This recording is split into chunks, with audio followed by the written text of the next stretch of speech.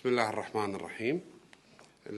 اجتمعت اللجنة التعليمية اليوم اجتماعها رقم 16، وكان هناك تكليف للجنة بدراسة موضوع تحميل الميزانية العامة للدولة أعباء مالية نتيجة كثرة المشاريع التطويرية والعقود الاستشارية الخاصة بتطوير العملية التربوية دون تحقيق أهدافها.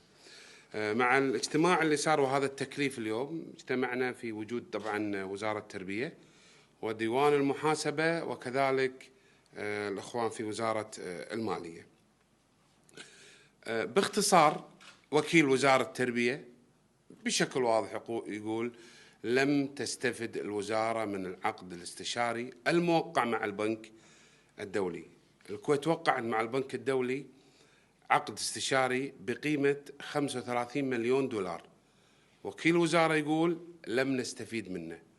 مدير مركز تطوير التعليم الأستاذ صلاح دبشة يقول لم نستفيد منه، بل زاد عندنا كوادر كويتية وطنية تربوية قادرة على تحقيق أهداف أفضل من صرف هذا المبلغ اللي يعني حقيقة قطعا يعتبر يعني تعدي على المال العام.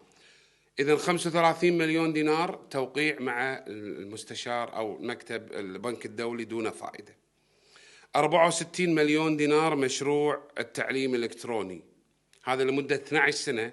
مشروع الوزارة تقول 14 مشروع ضمن هذه المظلة، مظلة التعليم. لم يرى لا الطالب ولا ولي الأمر ولا المدرس ولا أي واحد بالحقل التربوي استفادتنا من هذا التعليم الإلكتروني. كذلك هناك 26 مليون دينار صرفت على التابلت القديم. هذه الملايين وهذا الهدر في الأموال العامة أدى إلى انتكاسات كبيرة في مستوى التعليم. خذ على سبيل المثال ترتيب دولة الكويت في مجال جودة التعليم المرحلة الابتدائية، احنا بالمركز الأخير على مستوى دول الخليج. كذلك احتلت الكويت المركز الأخير خليجيا في مؤشر جودة التعليم الثانوي وجودة الرياضيات وتعليم العلوم.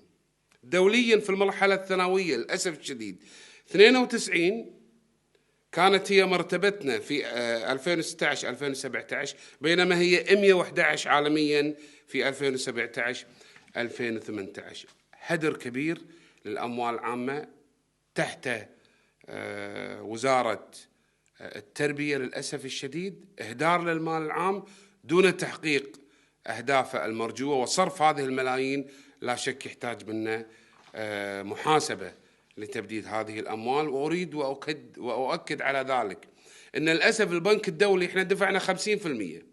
أتمنى من وزير التربية الآن الحالي الدكتور علي المضف أن لا يتم تنفيذ باقي العقد، لأن الوزارة والكويت والتعليم لم يستفد من هذا العقد.